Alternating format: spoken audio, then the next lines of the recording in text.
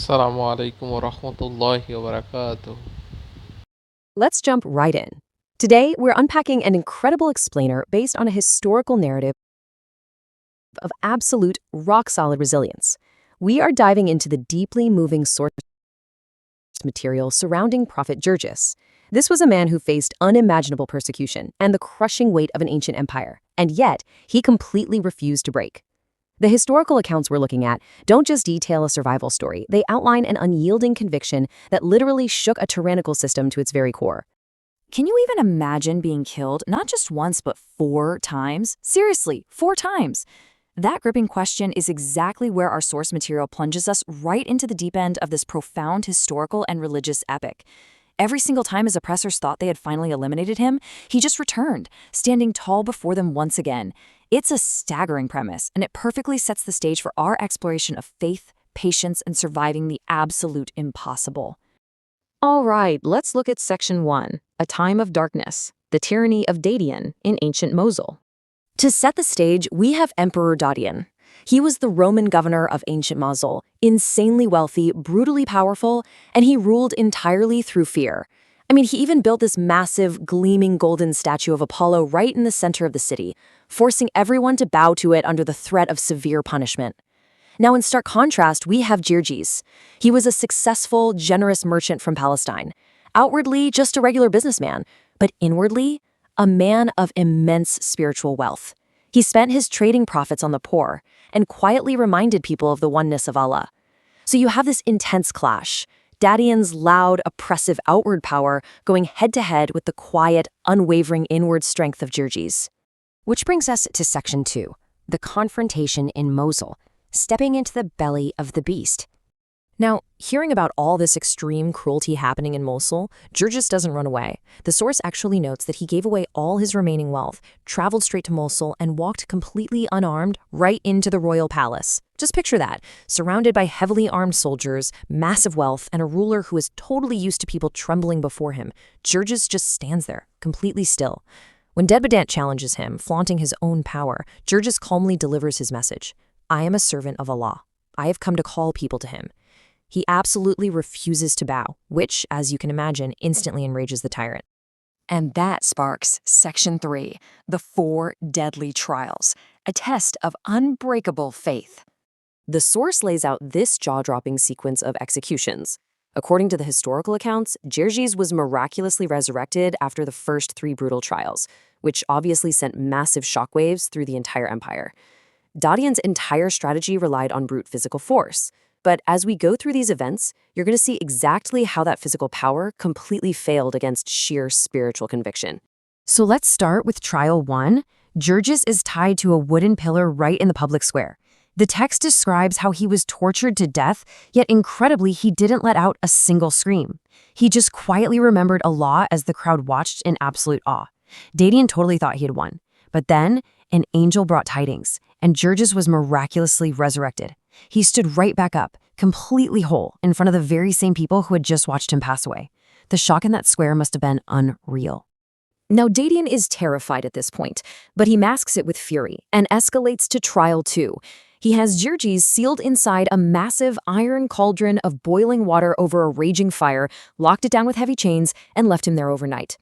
Dadian relied purely on the physical world, so he calculated, logically, that fire and boiling water would permanently erase Jurgis. But the very next morning, when they hauled open that heavy lid, Jurgis emerged completely unharmed, looking perfectly at peace.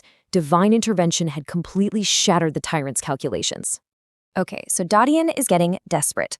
For Trial 3, he changes tactics completely. He locks Jurgis in a pitch-black underground dungeon, totally isolating him, and hires the most powerful magician in the region to assassinate him with a deadly poisoned drink. The magician uses all his dark arts on this water, but when the cup is handed over, Jurgis simply says, Bismillah, in the name of Allah, and drinks it down. And nothing happens. The poison has absolutely zero effect. Seeing this complete defiance of the natural order, the magician is totally overwhelmed. He turns to the court and announces, "This is beyond human limits. I testify there is no God but Allah." The tyrant's own hand-picked assassin instantly converts to Islam. And the psychological collapse of Dadian's empire doesn't even stop there. His own wife, Queen Alexandra, had been watching Georgie's incredible peace throughout all these horrific trials. She realizes that true power doesn't actually lie in her husband's golden statues or his massive armies. She secretly accepts faith. When Dadian inevitably finds out, she actually chooses martyrdom over the wealth and safety of the royal palace. This is a huge turning point in the source material. It shows us that Georgie's quiet, steadfast resilience was so undeniably powerful that it breached the very walls of the tyrant's own home. This leads us directly into Section 4, the fall of tyranny, the fourth martyrdom, and the empire's end. Driven completely mad by all his failures, Dadian orders a mass execution of all the new believers in the city. Witnessing these believers willingly accept death without an ounce of fear, Georges prays for the trials to finally end, and he achieves his fourth and final glorious martyrdom. He doesn't return a fifth time.